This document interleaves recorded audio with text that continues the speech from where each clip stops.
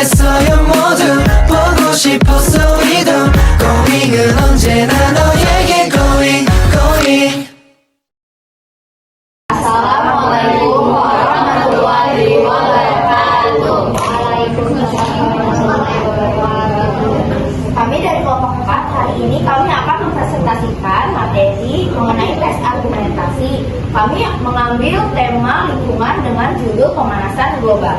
Sebelumnya izinkan kami memperkenalkan diri terlebih dahulu. Saya Sofia Tasya Uhoir. Saya Siti Febriani.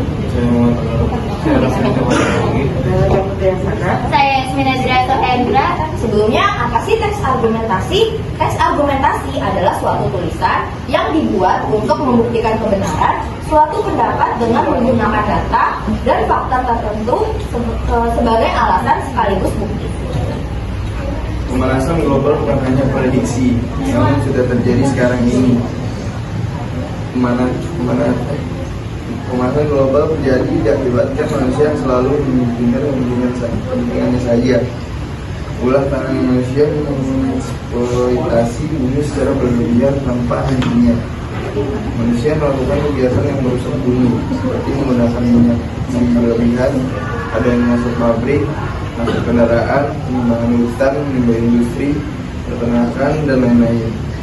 Manusia tidak menyadari apa yang telah mereka perbuat terhadap bumi ini. Mereka hanya menyalahkan alam. Akhir-akhir ini, bumi mengalami suhu yang lebih panas dari tahun sebelumnya.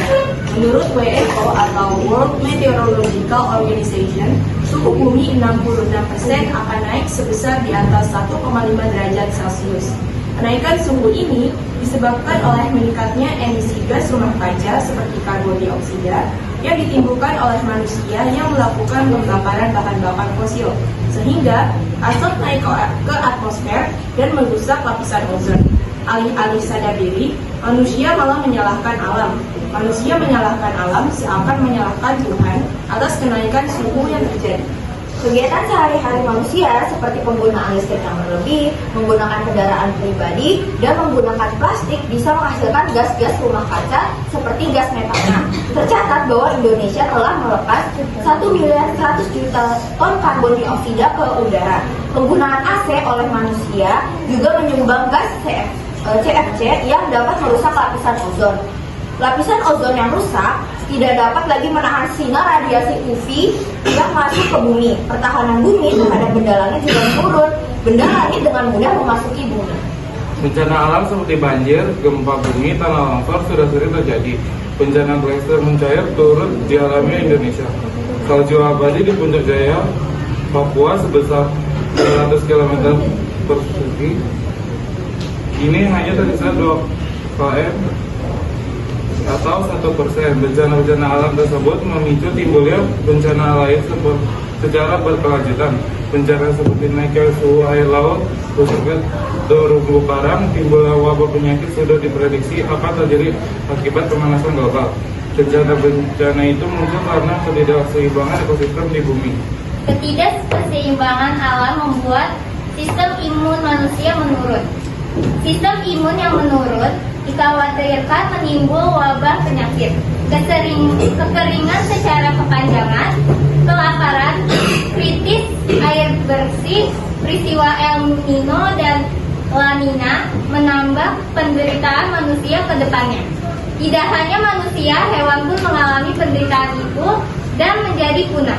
Lama-kelamaan manusia bisa turut punah seperti hewan. Dunia yang mengalami pemanasan global kiamat. Mengurangi emisi gas rumah kaca dan mengambil langkah-langkah untuk melestarikan lingkungan adalah tanggung jawab kita semua. Jika kita tidak bertindak sekarang, dampaknya akan semakin parah dan sulit untuk diperbaiki di masa mendatang. Kita harus bertindak secara kolektif dan proaktif untuk menjaga bumi agar tetap menjadi tempat yang baik untuk ditinggali oleh semua makhluk hidup. Jika bukan kita, siapa lagi yang akan memulai? Kita harus memulai dari hal yang kecil dalam kegiatan sehari-hari kita. Dari hal kecil seperti kegiatan reuse, recycle, reduce, hingga hal besar seperti menanam pohon, menggunakan energi alternatif, dan lain-lain. Sekian presentasi dari kami. Kurang lebihnya mohon maaf. Wassalamualaikum warahmatullahi wabarakatuh. Waalaikumsalam warahmatullahi wabarakatuh. 달린